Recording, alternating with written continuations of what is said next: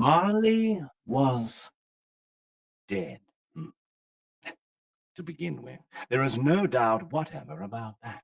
Hmm.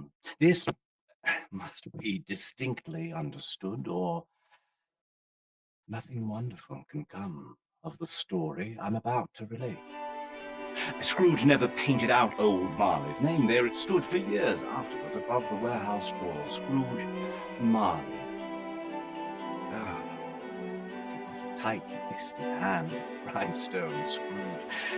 You see, no wind that blew was bitterer than he. Nobody ever stopped him in the street to say, glance looks, oh, my dear Scrooge, how are you? When will you come to see me?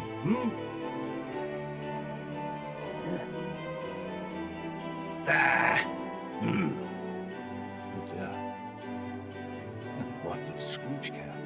It was the very thing he liked, to ease his way along the crowded paths of life, wanting all human sympathy to keep its distance. One of the days of the year, on Christmas Eve, old Scrooge sat busy in his counting rooms. Now, the doors open. You might keep an eye on his car next to us. Now, Scrooge, very small for the large files.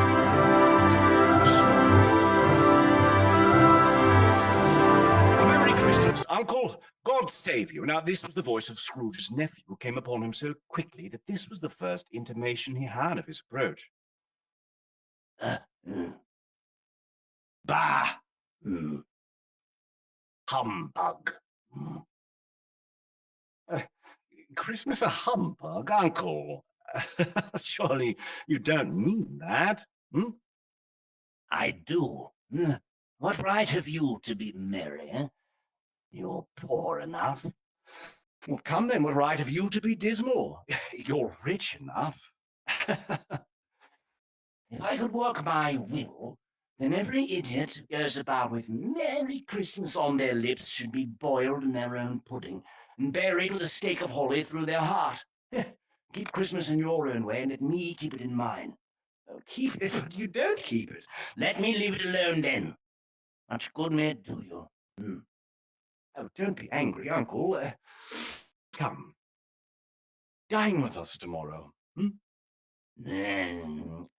I want nothing from you. I ask nothing of you. Why cannot we be friends? Good afternoon. Well, I'm sorry, with all my heart, to find you so resolute, but I'll keep my Christmas humor till the last. So, a Merry Christmas, Uncle. Good afternoon. And a Happy New Year. Good afternoon. Oh, a Merry Christmas, Bob. Merry Christmas to you, good sir.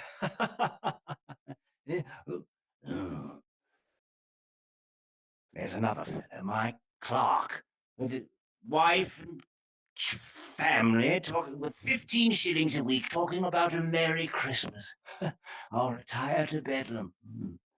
This lunatic, in letting Scrooge's nephew out, had let 2 other men in. They were portly gentlemen, pleasant to behold, and now they tipped their hats to him. Yes, Scrooge and Marley, as I presume. Yes. Have I the pleasure of addressing Mr. Scrooge or Mr. Marley? Mr. Marley has been dead these 7 years. Oh, my. Well, at this festive season of the year, Mr. Scrooge, it is more than usually desirable that we should make a slight provision for the poor and destitute who suffer greatly at the present time. Many thousands are in want of common necessaries. Many hundreds of thousands are in want of common comforts. A few of us are endeavoring to raise a fund to buy the poor some meat and drink and means of warmth. Yes. Are there no prisons? There are plenty of prisons, sir. And the union workhouses, are they still in operation? Yes, are they? Well, they are. Still, I wish I could say they were not. Oh, I'm very glad to hear it. I was afraid from what you had said before that something had happened to stop them in their useful course. I don't make merry myself at Christmas, and I can't afford to make idle people merry. Help to support the establishments I have mentioned. They cost enough, and those who are badly off must go there. Sir, many can't go there, and many would rather die. If they would rather die, they'd better do it and decrease the surplus population. Good afternoon, gentlemen. Seeing clearly that it would be useless to pursue their point, the gentlemen withdrew. Meanwhile, the fog and darkness thickened. Oh, yes.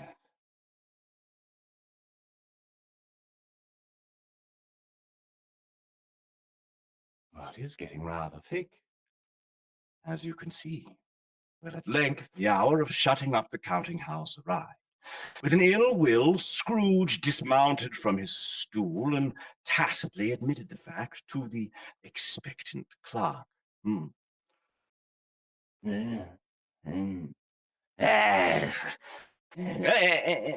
You'll want all day tomorrow, I suppose. Well, sir, if it's quite convenient. No, it's not convenient. And it's not fair. If I was to stop half a crown for it, you'd think yourself ill-used, I'll be bound. Yet you don't think me ill-used when I pay a day's wages for no work. Well, sir, it is only once a year, sir. A poor excuse for picking a man's pocket every 25th of December. But I suppose you must have the whole day. Be here all the earlier next morning. Well, the clerk promised that he would, and Scrooge walked out with a growl. Now, Scrooge took his usual melancholy dinner and his usual melancholy tavern, and went in a gloomy suite of rooms in a lowering old pile of building. Well, come on. It's a bit of a moving show, so you'll have to follow me. Now, it is a fact there was nothing at all particular about the knocker on the door, except, well, as you can see, it is rather large. But then let anyone explain to me how it is that Scrooge, having his key in the lock of the door, saw in the knocker not a knocker, but Marley's face. Marley's face. As Scrooge looked fixedly at this phenomenon, it was a knocker again.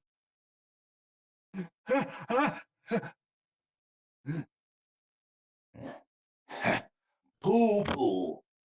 Now, Scrooge was not a man to be frightened by echoes, but he walked through his rooms all the same, just to make sure that, well, all was right. Nothing under the bed, and nothing behind the chair. Nothing in his dressing gown, which, to be fair, of course, you can see is hanging up in a rather suspicious attitude against the wall. Then his glance happened to rest upon a bell, a disused bell that hung in a corner of the room. It was with great astonishment and an inexplicable dread that he saw this bell begin to swing. It rang out loudly, succeeded by a clanking noise deep down below, as if some person were dragging heavy chains over the casks in the wine merchant's cellar. It's humbug still! I won't believe it!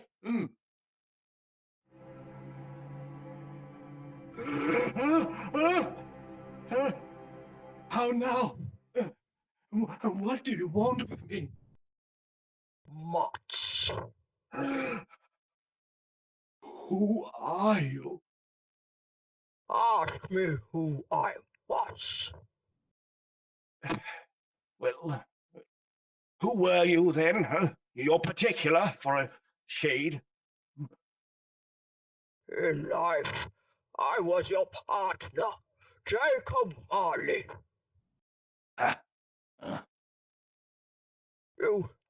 You don't believe me?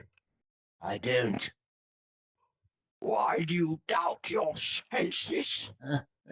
Because a little thing affects them. The slight disorder of the stomach makes them cheats. Why, you might be an undigested bit of beef. A fragment of cheese, a bit of an underdone potato. Why, there's more of gravy than of grave about you, whatever you are. Mercy. Dreadful apparition, why do you trouble me? Man of the worldly mind, do you believe in me or not? I do. I must. You are fettered. Tell me why. I wear the chains I forged in life. I made it link by link and yard by yard. I girded it on of my own free will, and of my own free will I wore it. Would you know the weight and length of the strong coil you bear yourself? It is a ponderous chain.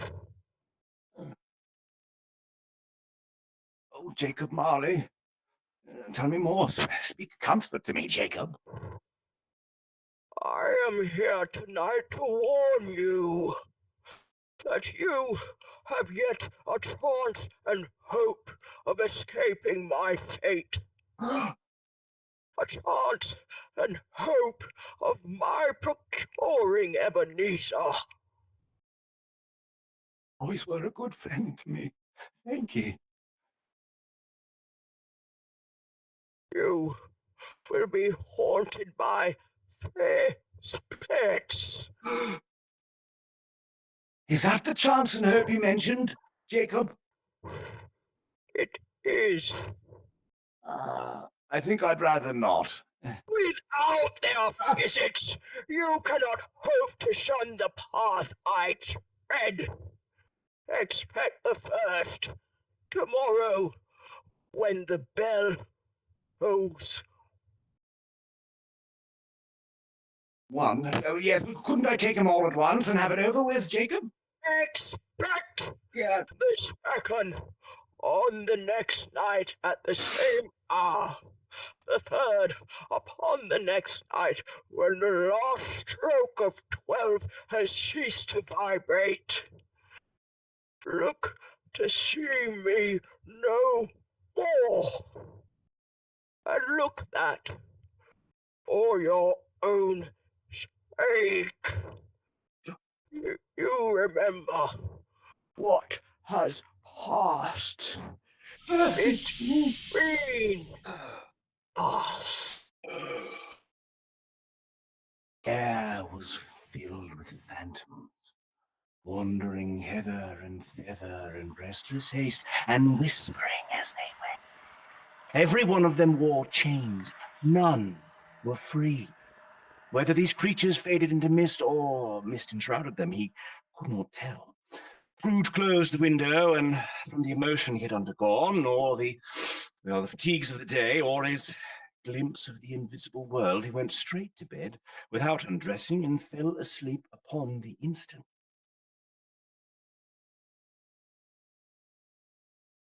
It's enough now. It's the moment within the recital that I encourage those who may to rehydrate. Yes, go ahead. Take a moment and remember what the taste of water is like. Oh,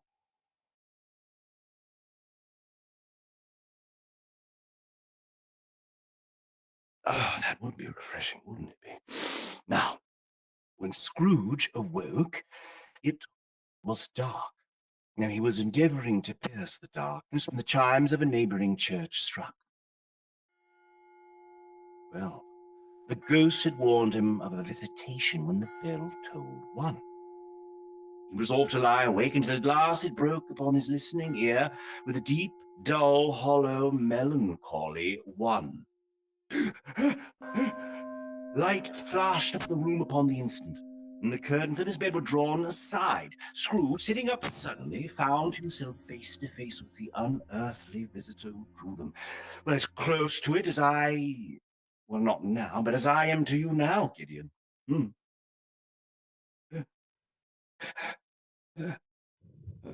Uh, are you the spirit, sir, whose coming was foretold to me? Who and what are you? I am the ghost of Christmas past. Long past? No, you are past. Well, what business brings you here? Your welfare. Well, I'm much obliged, but I can't help thinking that a night of unbroken rest would have been more conducive to that end. Well, your reclamation then. Take heed. Rise and walk with me. As the words were spoken, they passed through the wall and stood upon an open country road with fields on either hand. The city had entirely vanished. It was a clear, cold winter evening with snow upon the ground. Oh, oh, good heaven! I was a boy in this place. I was a boy here. Yes, I was bred here. Your lip is trembling. And what is that upon your cheek? A pimple. I beg of you, lead me where you will. You recollect the way? Well, remember it. I could walk it blindfolded.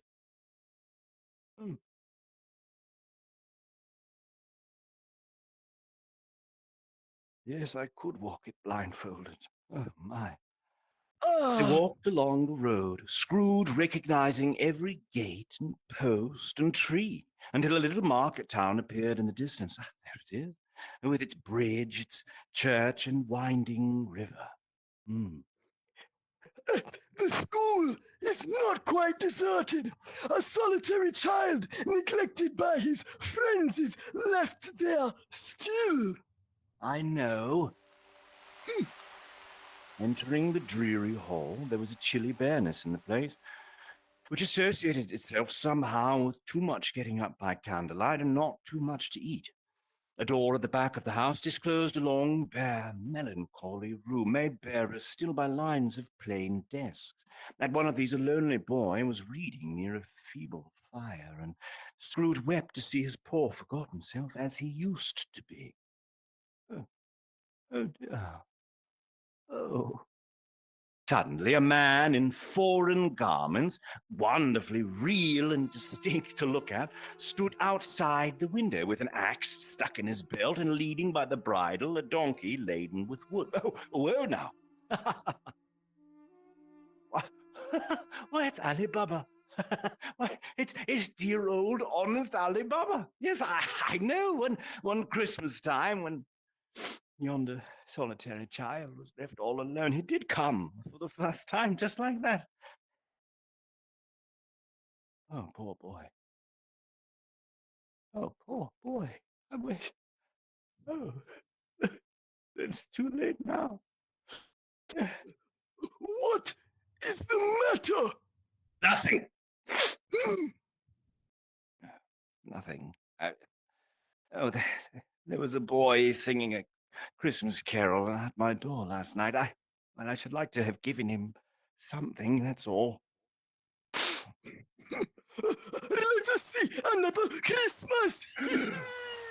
They had but that moment left the school behind them. They were now in the busy thoroughfares of the city. Here, too, it was Christmas time again. But now the ghost stopped at a certain warehouse door. Do you know it? Know it? I was apprenticed here.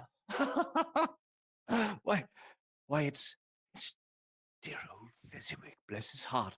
Why, it's old Fezziwig alive again. Yo-ho there! Ah, Ebenezer, Scrooge's former self, now grown a young man, came briskly in. Oh, yo-ho, my boy. No more work tonight. Christmas Eve, Ebenezer. Hi-ho, my lad. Let's clear away. Let's have lots of room here. Oh, there was nothing they wouldn't have cleared away with old Fezziwig looking on. It was done in a moment. The lamps were trimmed, and the warehouse was as snug and bright a ballroom as you would like to see on a winter's night. In came a fiddler with a music book. In came Mrs. Fezziwig, one vast, substantial smile.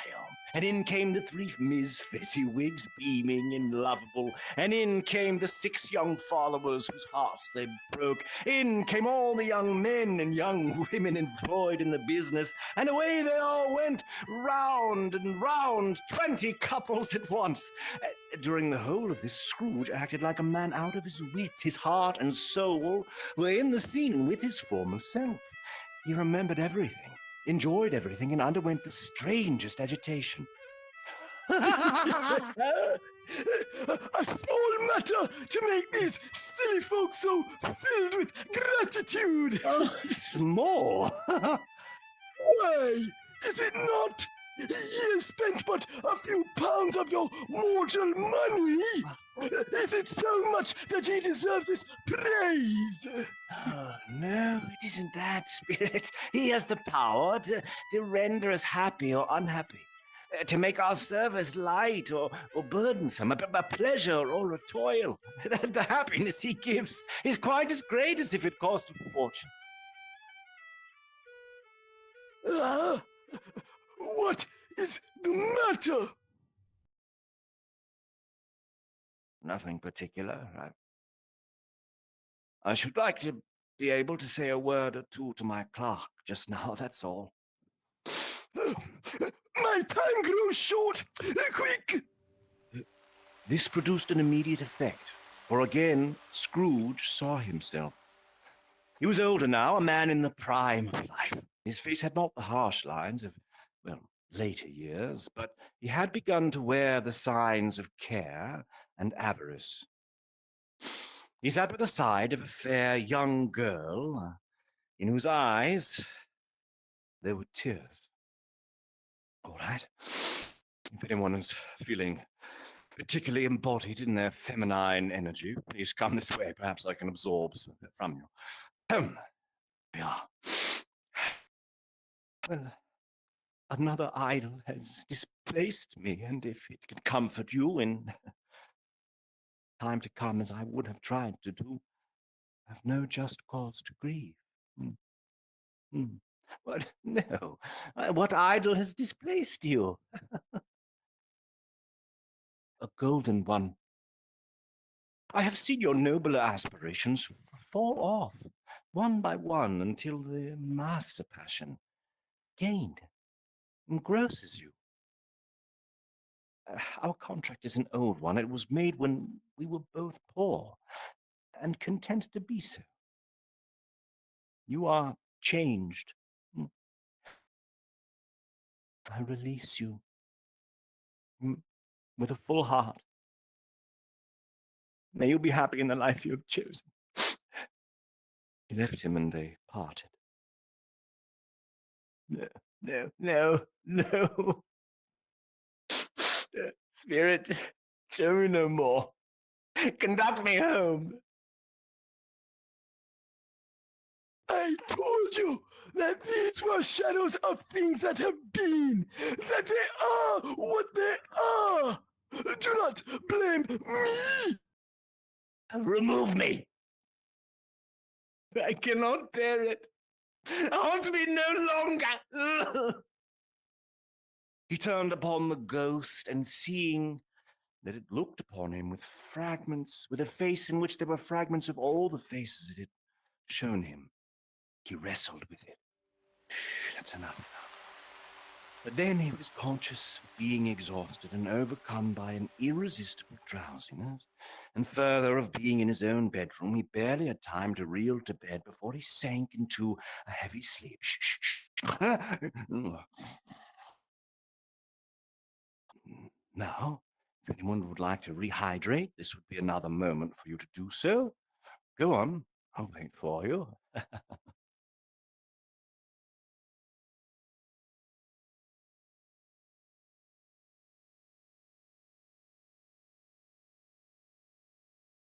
we are.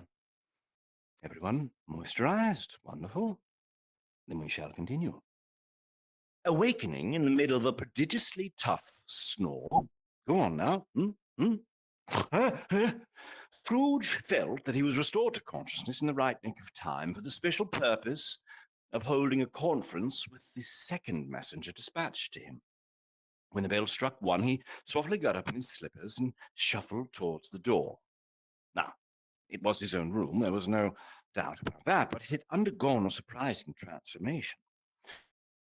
The walls and ceiling were hung with living green that had looked a perfect grove, from every part of which bright, gleaming berries glistened.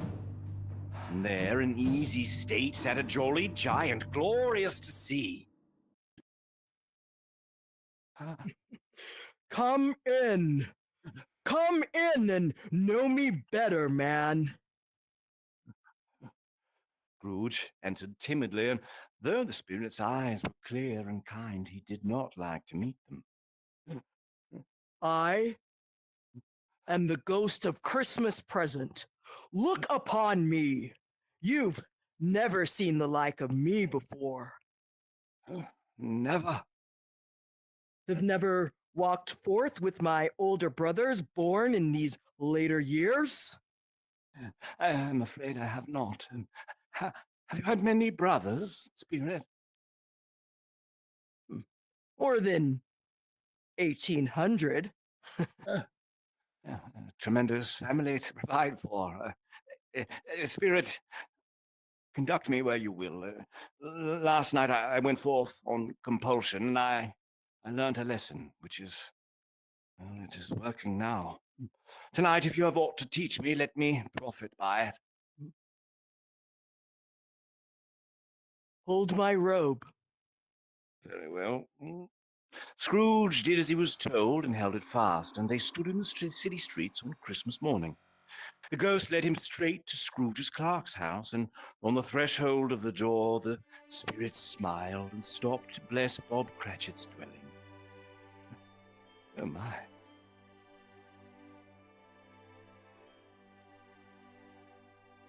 Up rose Mrs. Cratchit, dressed but poorly in a twice-turned gown, but brave in ribbons. She laid the cloth, assisted by Belinda Cratchit, second of her daughters, and now 2 smaller Cratchits, boy and girl, came tearing in, screaming and basking in luxurious thoughts of sage and onion. They danced about the table, and then in came little Bob, his threadbare clothes darned up and brushed, looked seasonable, and Tiny Tim upon his shoulder.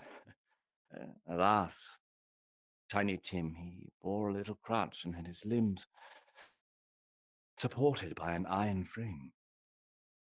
And how did little Tim behave? Oh, as good as gold, and better. There you are. He told me, coming home, that,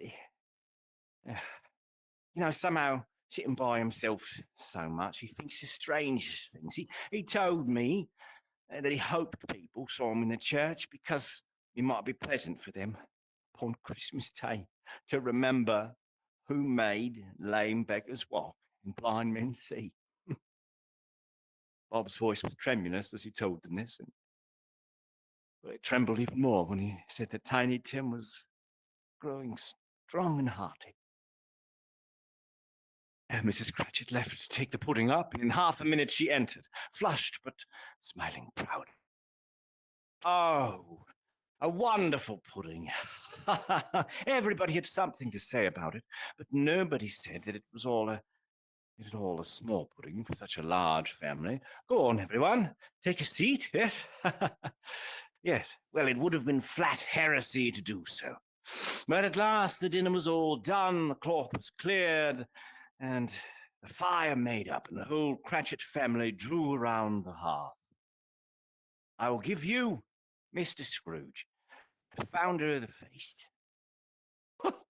The founder of the feast, indeed. I wish I had him here. I'd give him a piece of my mind to feast upon, I would. My dear, the children. Christmas Day. It shall be Christmas Day, I am sure, on which one drinks the health of such a odious, stingy, unfeeling man as Mr. Scrooge. I'll drink his health for your sake and the day's, but not for his. A Merry Christmas and a Happy New Year. He'll be very merry and very happy, I've no doubt.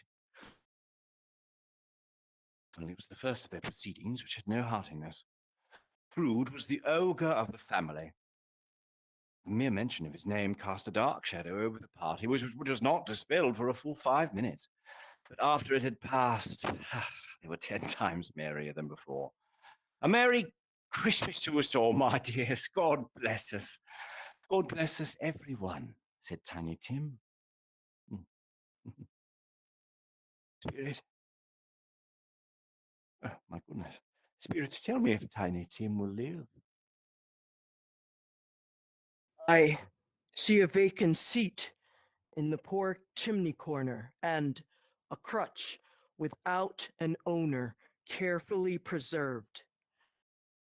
If these shadows remain unaltered by the future, the child will die.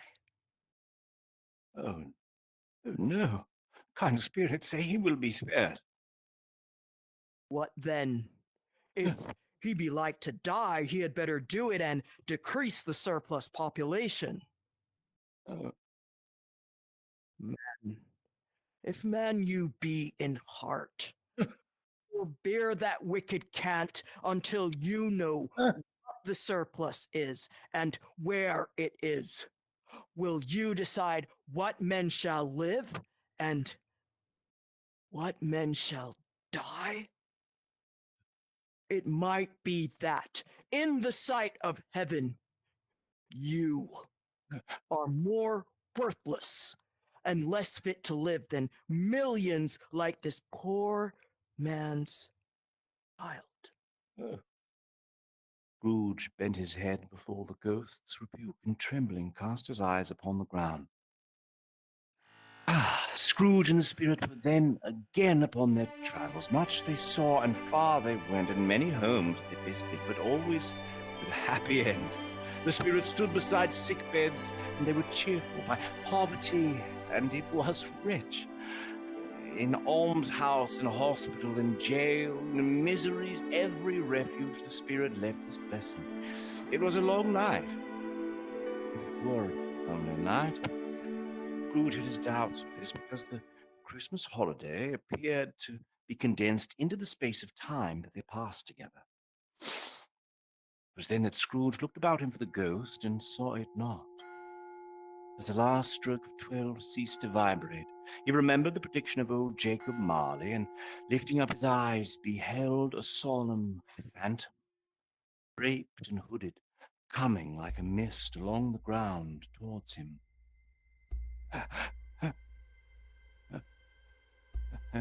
Am I in the presence of the ghost of Christmas yet to come? You are about to show me the shadows of the things that have not happened, but will happen in the time before us. Is that so, Spirit?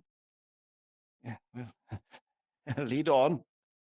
Lead on. The night is waning fast, and it is precious time to me, I know. Lead on, Spirit. The phantom moved away as it had come.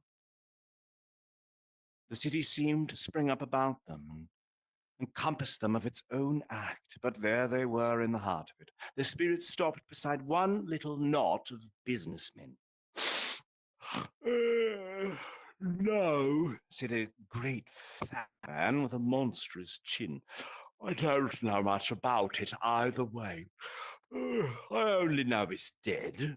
What has he done with his money? Asked a red-faced gentleman. I haven't heard, said the man with the monstrous chin, yawning again. He hasn't left it to me, that's all I know. It's likely to be a very cheap funeral, for upon my life, I don't know of anyone to go to it. I know those men. The phantom glided on. And that was when they went into an obscure part of town where Scrooge had never penetrated before. Sitting in amongst the wares that he dealt in by a charcoal stove was a grey-haired rascal. Scrooge and the Phantom came into the presence of this man just as a woman with a heavy bundle slunk into the shop.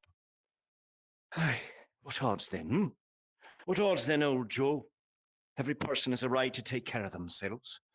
He always did. Oh, that's true indeed. No man more so. Who's the worse for the loss of a few things like these, eh? Not a dead man, I suppose. If he wanted to keep him after he was dead, why wasn't he natural in his lifetime? If he had been, he'd have had somebody to look after him when he was struck with death instead of lying gasping out his last there alone by himself. Open up that bundle, old Joe. Let me know the value of it. What do you call this, then? Bed curtains? Oh, you don't mean to say that you took 'em down, rings and all, with him lying there? Oh, yes, I do. Why not? He frightened everyone away from him when he was alive to profit us when he was dead. My spirit, I see. The case of this unhappy man might be my own. My life tends that way now. Merciful heavens, what is this? He recoiled in terror, for the scene had changed again, and now he almost touched a bed, a bare, uncurtained bed. Beneath a ragged sheet there lay a something covered up. A pale light fell straight upon the bed, and on it, unwatched, unwept, uncared for, was the body of this man. Scrooge glanced towards the Phantom. His steady hand was pointed towards the head. Spirit, this is a fearful place. In leaving it, I shall not leave its lesson. Trust me. Let us go. I beseech you. Let me see some tenderness connected with the death. The ghost conducted it through several streets now familiar to his feet. They entered poor Bob Cratchit's house and found the mother and the children seated around the fire. Quiet. Very quiet. I wouldn't show weak eyes to your father when he comes home for the world, but I think he has walked a little slower these last few evenings. I've known him walk with Tiny Tim very fast indeed.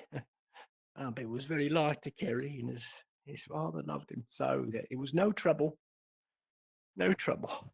Oh, there's your father at the door. Bob was very cheerful with him, and he spoke pleasantly to all the family. Oh, my dear, I wish you could have gone. It would have done you good to see how green a place it is. But you'll see it often. I promised him that I would walk there on a Sunday.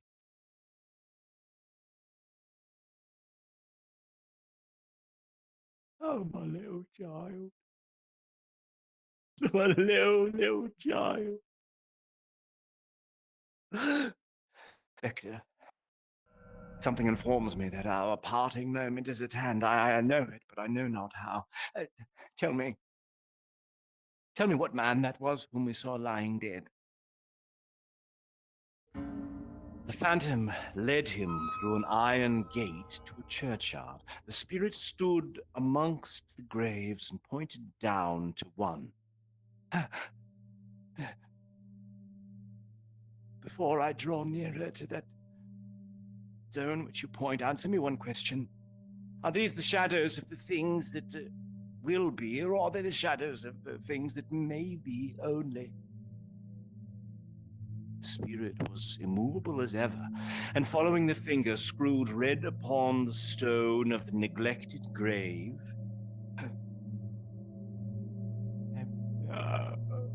his own name. Am I that man who lay upon the bed? Oh no, spirit! Why show me this if I am past all hope? Assure me yet that I may change these shadows you have shown me by an altered life. I will honor the Christmas in my heart and try to keep it all the year. I will live in the past and the present and the future. I will not shut out the lessons that they teach. Oh, tell me I may sponge away the writing on this stone. In his agony, he caught the spirit's robe. The spirit repulsed him.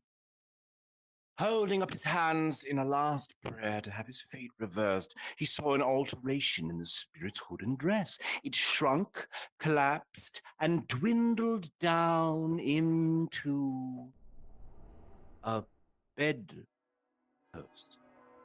Yes, and the bedpost was his own. The bed was his own. The room was his own. Best and happiest of all the time before him was his own, to make amends in. The spirits of all the three shall strive within me. Oh, Jacob Marley, heaven in the Christmas time be praised for this earth. The shadows of the things that would have been may be dispelled.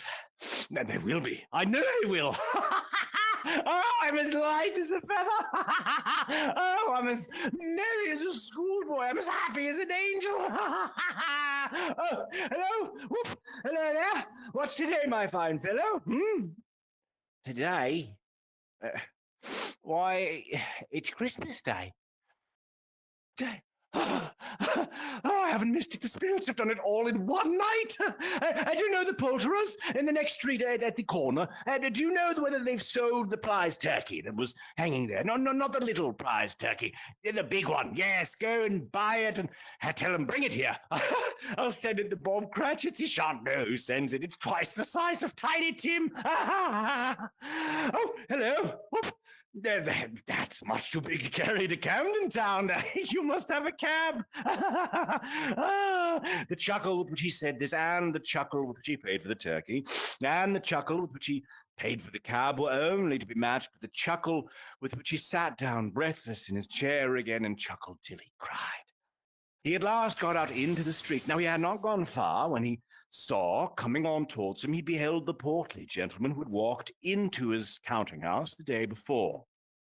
Oh, dear.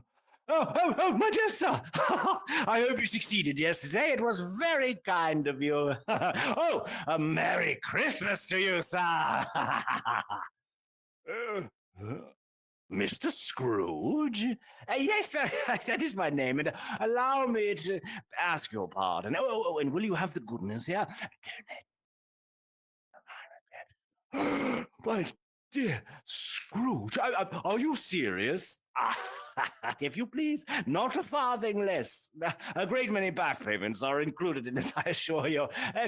Will you do me that favor? My dear sir, I don't know what to say. Shh, don't say anything. Please, come and see me. Will you come and see me? I will. Thank you. Oh, I'm much obliged to you. Thank you 50 times. In the afternoon, he turned a step towards his nephew's house. Fred, it is I, your Uncle Scrooge. I have come to dinner. Will you let me in, Fred?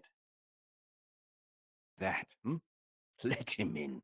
It's a mercy he didn't shake his arm off. Oh, he was at home in 5 minutes. Nothing could be heartier. Wonderful party, wonderful games, wonderful unanimity, wonderful. Oh, but he was early at the office next morning. Yes, if he could only be there first and catch Bob Cratchit coming late. That was the thing he had set his heart upon, and he did it. Yes, he did. He was a full 18 minutes and a half behind his time. Hello? What do you mean by coming here at this time of day? I'm very sorry, sir. I am upon my time. You are? Yes, I think you are. Step this way, sir, if you please. It's only once a year, sir. It shall not be repeated, sir. Now, I'll tell you what, my friend, I am not going to stand for this sort of thing any longer. Therefore, I'm going to raise your salary. Whoa. A Merry Christmas, Bob. A Merry Christmas, Bob, my good fellow, than I have given you for many a year. I'm going to raise your salary and endeavor to assist your struggling family, and we will discuss your affairs this very afternoon over a bowl of smoking Bishop Bob Cratchit. Scrooge was better than his word. He did it all and infinitely more. And to Tiny Tim, who did not die, he was a second father. He became as good a friend, as good a man as the good old city knew. Some people laughed to see the alteration in him, but he let them laugh. And little he heeded them, for his own heart laughed, and that was quite enough for him. He had no further encounter with spirits, and it was always said of him that he knew how to keep Christmas well, if any man alive possessed the knowledge. May that truly be said of us, and all of us. And so, as Tiny Tim observed, God bless them, every one.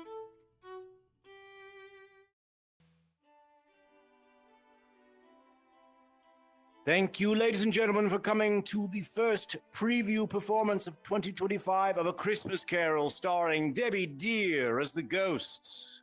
Woo! Thank you, everyone. Thank you, Agile Lens. Thank you, Ari, starring Tarr. As Tarr. That is correct. And as Debbie said, thank you to our whole team at Agile Lens. There are many, many engineers and operators happening behind the scenes, of course. And thank you to them. This is the time where you can use your voice-activated controls by, I believe it's holding down the A button, or I could be corrected. You can speak with us. You have to hold the it A down. button on your right controller. That's correct. That is Can you hear correct. me? Yes, I can. Hello Yeah. there. Thank you. Hello. Great work, guys. This- Great show. Thank you. you, David. Appreciate you. And just a quick shout out to my sister friend Keisha and her daughter Kyla for tuning in. Thank you. And everyone who Keisha joined and us on Kyla. live stream on YouTube. Thank you. Yes. All right, then. Come with us this way. We're going to go over Great here show, towards the guys. tree in the corner. Come on, don't be shy. Everyone. Oh, my goodness, sorry. A bit of you is flaking off there, I think, Debbie. Yeah, I do that sometimes. All right. We have time for just one more question in case anyone had one. If there are no more questions, go ahead and, as you are lovely little colored balls of light, you may adorn the tree as you wish to get in the Let's get festive festive. season. Mm-hmm. Ah, lovely. Anyone right, wanna then. Thank join me? you. Join us, Jackie. Thank you so much. Get cozy in the tree. All right, then. Looking beautiful, as always. Well, thank you so much. If there's no more questions, we want to say thank you so much for coming and have a happy holidays. Thank you, everyone. Happy you. holidays and beautiful evening. Thank you.